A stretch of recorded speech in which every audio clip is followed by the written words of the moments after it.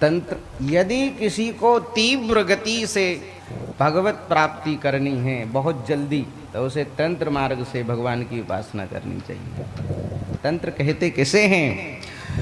बोले आगच्छन्ति बुद्धिम आरोहन्ति यस्मात् अभ्युदयेन निःश्रेयसो आगमः।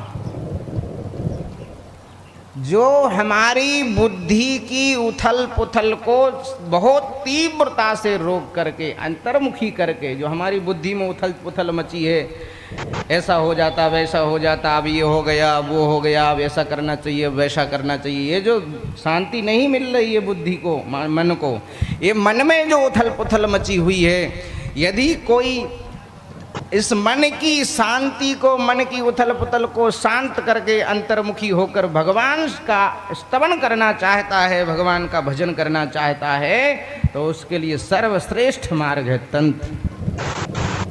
तंत्र कहते ही उसे हैं जो मन की उथल पुथल को बलात् रोक करके अंतर्मुखी करके वो भगवान में से जोड़ दे, उसको कहते हैं तंत्र।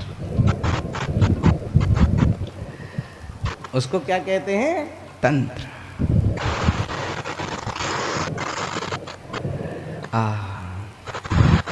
तंत्र की और भी विलक्षण विलक्षण बातें मेरु तंत्र में लिखी हुई हैं।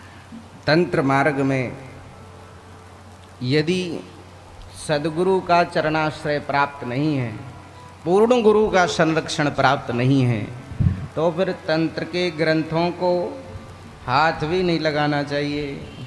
क्या? तंत्र मार्ग में यदि समर्थ गुरु का संरक्षण प्राप्त आपको ना हो, ना तो तंत्र में जाना, न तंत्र की सोचना, न तंत्र के उपासना करना। तंत्र में पूर्ण गुरु का संरक्षण बहुत आवश्यक है, समर्थ गुरु का। नहीं तो तंत्र की उपासना में मेंटल जल्दी होता है व्यक्ति। क्या? पागल बहुत जल्दी होता है। क्यों? क्योंकि तंत्र के जो मंत्र हैं वो विशेष ऊर्जा से भरे होते हैं। उसमें 10 महाविद्या की उपासना करनी होती है, और 10 महाविद्या वो ऊर्जा की देवियां हैं। आग उगलती हैं, आग से सनी हुई देवियां हैं, उनके अंग प्रत्यंग रोम रोम से अग्नि प्रस्फुटित होती रहती है, और जब उनकी उपासना करोगे तो वे तत्काल प्रभाव दिखाएंगे आपके जीवन में। इसीलिए कलौ चंडी विनायक ऊर्जा से खेलना है, आग से खेलना है। मान लो आप जप करने बैठे तो पूर्ण गुरु का संरक्षण नहीं है, तो जब पूर्ण गुरु का संरक्षण नहीं होगा तो आपको कवच नहीं मिलेगा, कवच नहीं मिलेगा, और बिना कवच के आप तंत्र के मंत्रों का जप करने बैठे, जैसे ही बैठोगे तो सारा सूक्ष्म जगत आप पे हावी हो जाएगा, सक्रिय हो जाएगा आपकी तरफ, और वो आपको उसी ऊर्जा से आपको नष्ट कर देगा, पागल कर देगा, या पर मार देगा।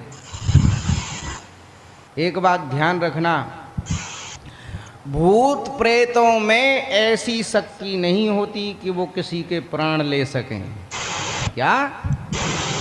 ध्यान से सुनना, भूत प्रेतों में ऐसी शक्ति और ऐसी सामर्थ्य नहीं होती कि वो किसी को मार सकें, जान से प्राण ले सकें। लेकिन पूर्वजों में इतनी शक्ति होती है कि वो किसी को भी मार सकते हैं।